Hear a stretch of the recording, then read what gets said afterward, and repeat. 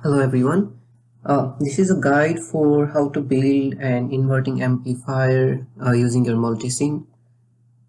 So open a multisim, new file, create a new file, and then we can start building our circuit. The first thing we need is our op-amp. So click on here and we can search for op-amp, but right now what we need is an op-amp that is your virtual op-amp. So go to analog virtual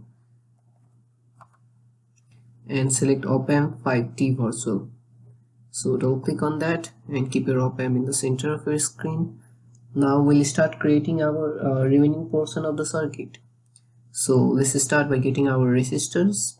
Go to basics and go to resistors. So we'll need our 1 kilo ohm and then 5 kilo ohm. So here's your 1 kilo ohm. Place it near to your negative terminal, and now we'll need our 5 kilo ohm. Double click on that, place it somewhere around here. We'll also need our power supply, so go to sources. We'll need DC power first, so double click on the DC power and keep it somewhere around here.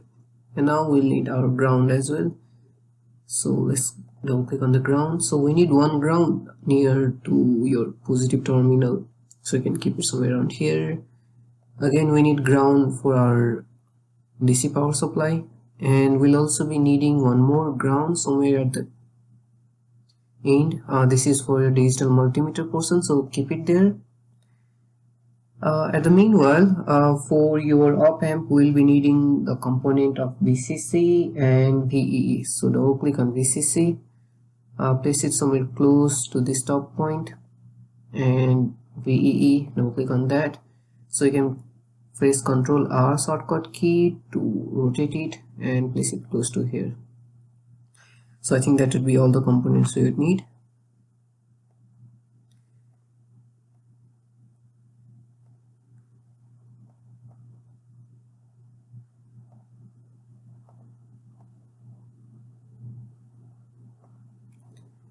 So connect your circuit now.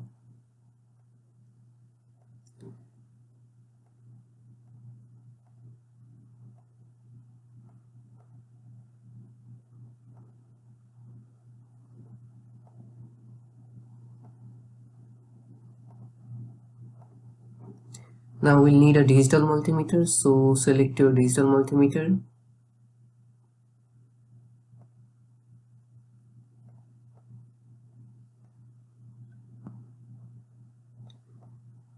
You can connect the ground to the negative terminal, and to the positive terminal connect the output of your op-amp.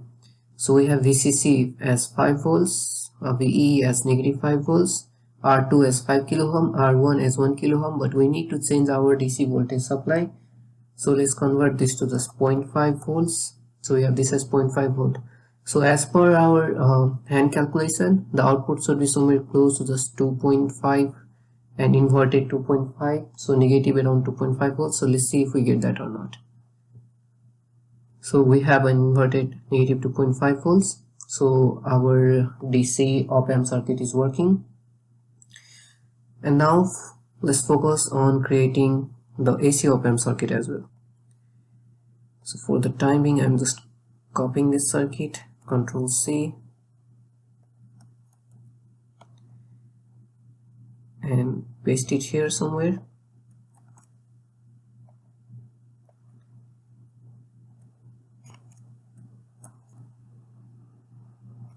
So you need to stop the simulation for that. Ctrl C and now paste it here, Ctrl V.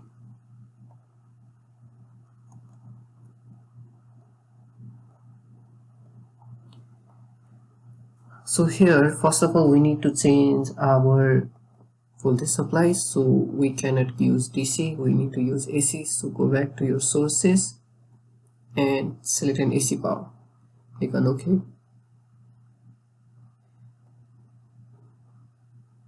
So we have our AC power somewhere right at here. So let's bring this a bit more down.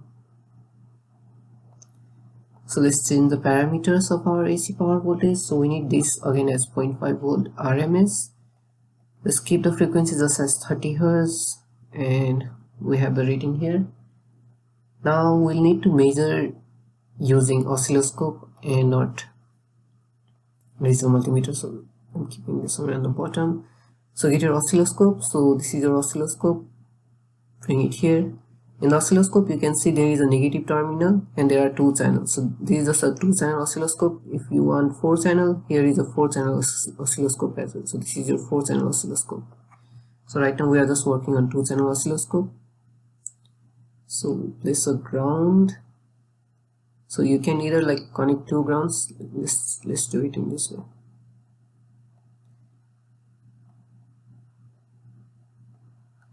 So the negative channel has been grounded, and now positive channel will be measuring our different parameters of the circuit. So let's place it somewhere around here so that it will be easy. So let's connect our channel B to op-amp output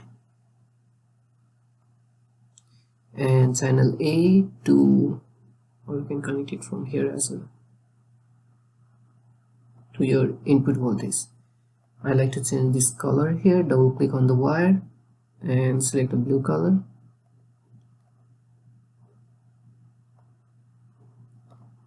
So we have this as blue.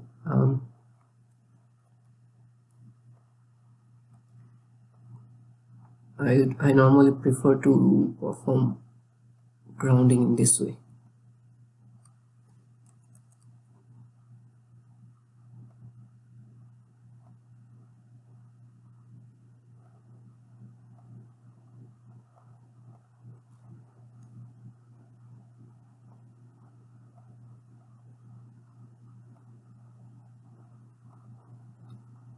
So here we have our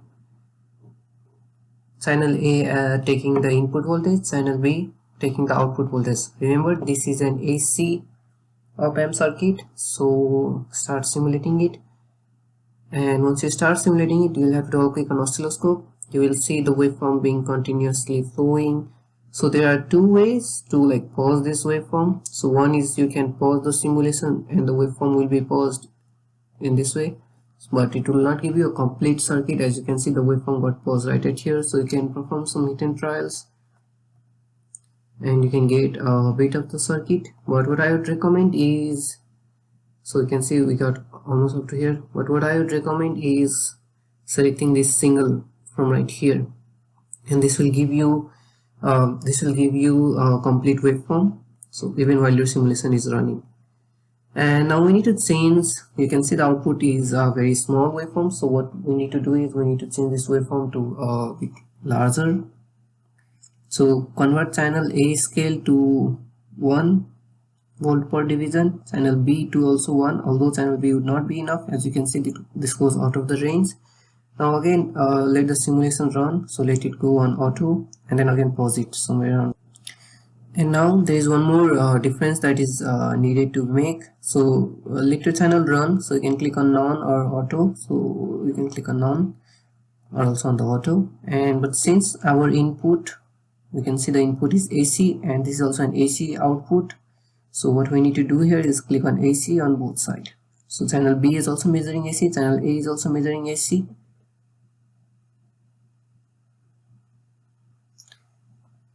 And you can click on the reverse to obtain a white color graph, so if you want to see the graph easily.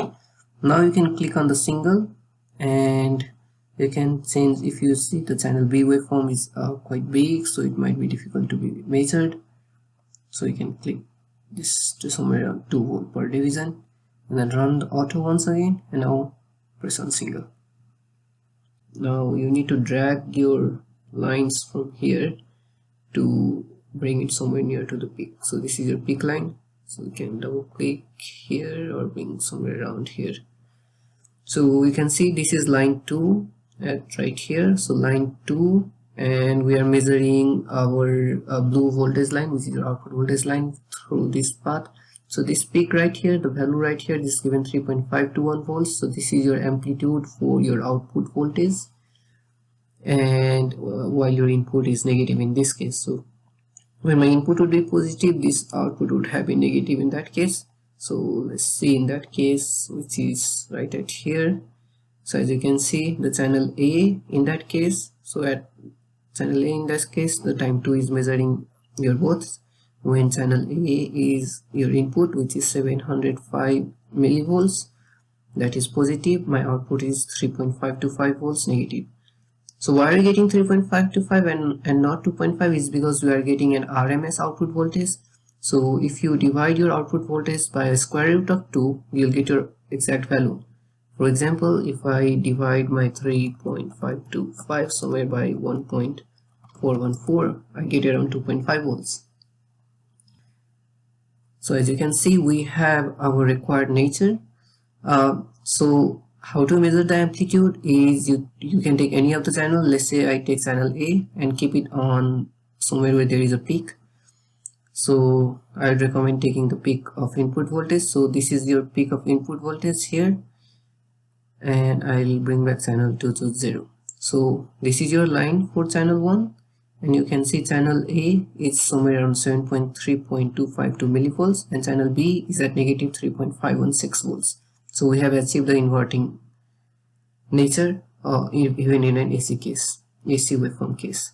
Now in order to measure your time or the time difference del T, we'll have to measure two different peaks. So this is one peak and this is another peak of channel B, or you can take this negative peak portion. You can move channel 2 to right at here to this peak range somewhere around here,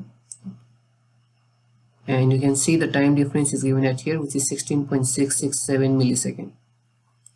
If you multiply the time difference of 16.667 milliseconds with your frequency, that the frequency was around 30 Hz, we will get required phase difference, which is around 180 degrees. So that would mean if you see 16.667 millisecond and multiply it in this way, so let's do it 360 multiplied by your 0.01667 into your 30 degree frequency, we get somewhere around 180 degrees, which is our required objective.